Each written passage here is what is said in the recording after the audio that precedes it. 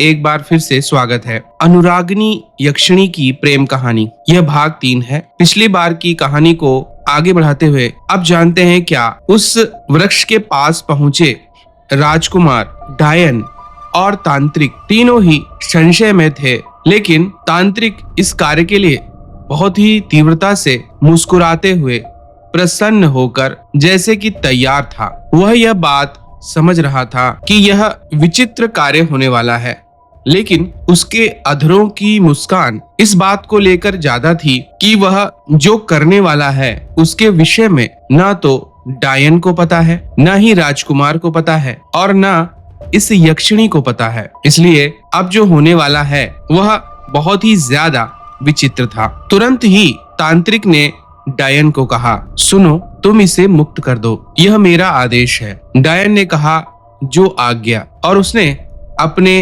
मंत्र जाल को, जिसकी सहायता से उसने अनुरागिनी यक्षिणी को बांधा था, मुक्त कर दिया। अनुरागिनी वृक्ष से बाहर निकल आई और प्रसन्नता पूर्वक तुरंत दौड़ते हुए राजकुमार के गले लग गई। राजकुमार से कहने लगी, आपने आखिरकार मुझे मुक्त करवा ही लिया। मैं न जाने कब से इस बात के लिए चेष्टा कर रही थी, पर मेरी कोई भी शक्ति इस डायन के मंत्रजाल के आगे काम ही नहीं कर रही थी। डायन भी मुस्कुराते हुए कहने लगी, तुम में जितनी शक्ति है उससे कई गुना ज्यादा तांत्रिक शक्तियां मेरे पास हैं। तब तांत्रिक ने कहा, ठीक है राजकुमार, तुम अपने नगर वापस लौट जाओ। इस प्रकार राजकुमार अपने घोड़े में अनुरागिनी के साथ बैठकर अपने राज्य की ओर जाने लगता है। पीछे से तांत्रिक मुस्कुराते हुए जैसे कुछ नया ही विचार कर रहा था।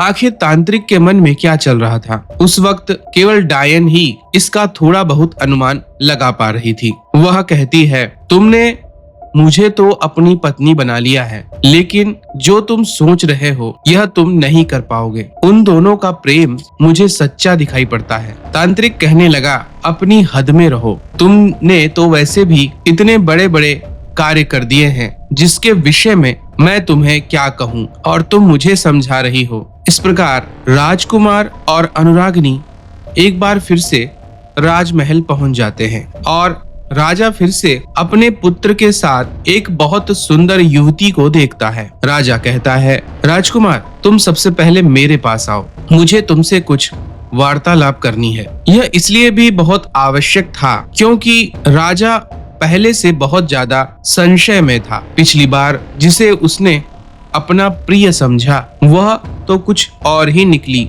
इसलिए राजा का अपने पुत्र से वार्तालाप करना बहुत आवश्यक हो रहा था। राजा और राजकुमार राजमहल के एक कमरे में गोपनीय वार्तालाप करने लगे। राजा ने कहा, मैं स्पष्ट रूप से यह कह सकता हूँ कि यह कन्या भी कोई मानव कन्या नहीं है, क्योंकि इसकी भी सुंदरता बहुत ज्यादा है। पूरे राज्य में मैंने तुम्हारे लिए अच्छी अच्छी लड़कियों का चुनाव किया था, लेकिन कोई भी इतनी सुंदर नहीं थी। स्पष्ट बताओ, क्योंकि पिछली बार की बात को देखते हुए मुझे बड़ा भय लगता है। तब राजकुमार ने कहा, आपका सोचना सही है पिताश्री, लेकिन समस्या यह है कि इस सारी प्रक्रिया की शुरुआत ही अनुरागिनी के माध्यम से हुई थी। मैं राजा भृतहरि की तपस्या स्थली पर गया था। वहाँ की यक्षिणी मंदिर के रहस्य और यक्षिणी से जुड़ी हुई कई बातों को समझकर मेरे मन में भी यह विचार आया था कि मैं किसी यक्षिणी को प्राप्त करूं। तभी मेरी मुलाकात अनुरागिनी से हो गई थी।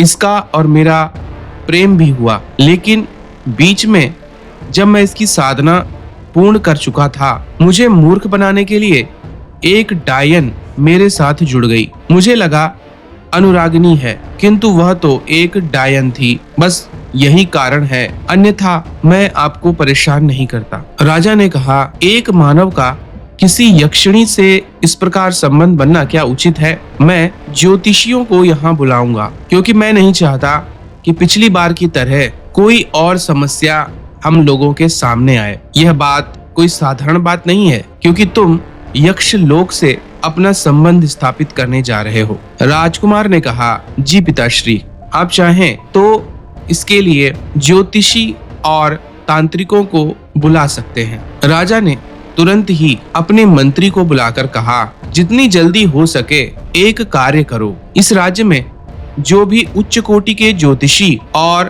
तांत्रिक हैं, उन्हें बुला लो। राजा की बात को समझते हुए उसके मंत्री ने पूरे राज्य में आवाहन दे दिया और इस प्रकार से उत्तम कोटि के ज्योतिषाचार्य और तांत्रिक राजा के पास इकट्ठे हो गए। राजा ने कहा, मैं तुम्हें एक कन्या दिखाऊंगा, उसे देखकर बताओ कि यह क्या मेरे पुत्र के लिए उपयुक्त रहेगी। तब उस राजमहल के सबसे ऊपरी छोर से खड़े होकर उन सब ने राजकुमार और अनुरागिनी को देखा। अनुरागिनी की सुंदरता चरम पर थी। सभी ज्योतिषियों ने और तांत्रिकों ने कहा, ऐसी सुंदर स्त्री के विषय में कुछ भी सोचने की आवश्यकता नहीं है। एक राजा के पास सदैव हमेशा मणियां रहनी ही चाहिए, यह देखे बिना कि वह मणि कहाँ से प्राप्त की गई है। यह कन्या मणि के समान है, जो इतनी ज्यादा सुंदर हो, ऐसी मणि को तो राजमहल में ही रहना चाहिए। लगभग सभी तांत्रिकों और ज्योतिषाचार्यों ने यह कहा। उनमें से एक तांत्रिक पीछे खड़ा था, उसने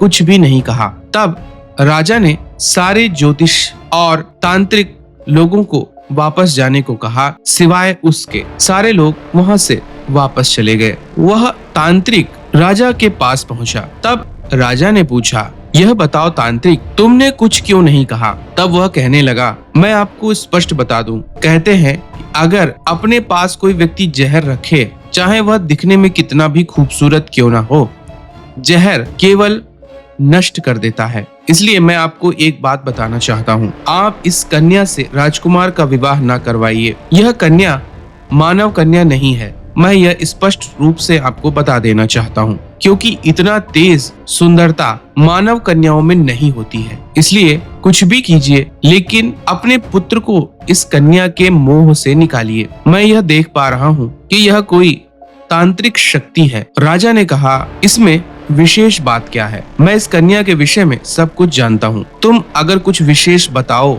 तो मैं तुम्हें इस कार्य के लिए नियुक्त कर सकता हूँ। तब तांत्रिक ने अपने मंत्रों को पढ़कर कन्या की ओर देखते हुए कुछ चीजों को फेंका और थोड़ी ही देर बाद उसने कहा, यह कन्या यक्ष लोक की कोई यक्षिणी है। आपके पुत्र को खा जाएगी, आपके राज्य को समाप्त कर देगी, आपका जीवन नष्ट हो जाएगा। इसके प्रकोप से कोई नहीं बचा पाएगा। यह बहुत शक्तिशाली भी है। आपके पुत्र की महादशा को देखते हुए इसके ऊपर जो भी कन्या मोहित होगी, उसके कारण आपके पुत्र का निश्चित रूप से सर्वनाश होना तय है। यह बात सुनकर राजा कुछ घबरा गया। उसने कहा, जो तुमने कहा वह किसी ने नहीं कहा, इसलिए मैं तुम पर विश्वास करता हूँ। आज से तुम मेरे मुख्य सलाहकार होगे, मेरी सहायता करो। तब इधर राजकुमार और अनुरागिनी दोनों प्रेम में थे। राजकुमार राजा के पास आकर कहता है, मेरा विवाह की कोई तिथि नियुक्त कीजिए, मैं विवाह करना चाहता हूँ। तब राजा ने कहा, ठीक है, मैं तुम्हारे विवाह की तिथि अगले सप्ताह की तय करता हूँ। तब तक तुम तैयारी करो। लेकिन हर एक व्यक्ति के जीवन की मर्यादा होती है, इसलिए जब तक तुम्हारा विवाह नहीं होता तुम अनुरागिनी से नहीं मिलोगे। अनुरागिनी के लिए दास और दासियों का प्रबंध मैंने करवा दिया है। वहाँ वह उनकी सेवा करते रहेंगी और तुम यहाँ उससे तब तक नहीं मिलोगे। विवाह के बाद वह तुम्हारे साथ जहाँ चाहे वहाँ रह सकती है। इस पर राजकुमार ने कहा, यह तो अन्याय है पिताश्री। मैंने जिस प्रेम को प्राप्त करने के लिए कठिन साधना की थी, आप वह मुझसे छीनना चाहते हैं। तब राजा ने कहा, तुम्हारे ग्रह नक्षत्र अच्छे नहीं चल रहे।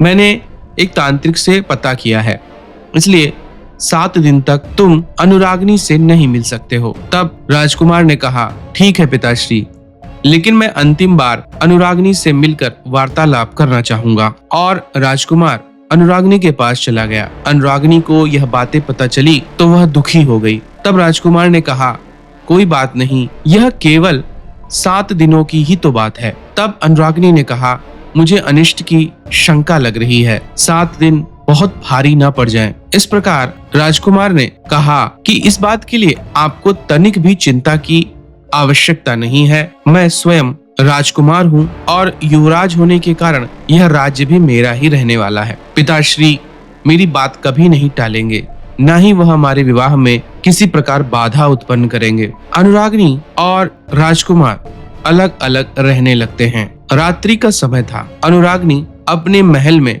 राजकुमार को याद करते हुए इधर उधर टहल रही थी कि तभी अचानक से एक बड़ा काला साया वहां पर आता है और वह अनुरागनी को उठाकर ले जाता है। अनुरागनी महल से गायब हो जाती है। आगे क्या हुआ जानेंगे हम लोग इस कहानी में, इसके अगले भाग में। अगर यह कहानी और घटना आपको पसंद आ रही है तो चैनल को लाइक, शेयर और सब्सक्राइब करें। आप सभी का दिन मंगलमय हो। जय मां पराशक्ति।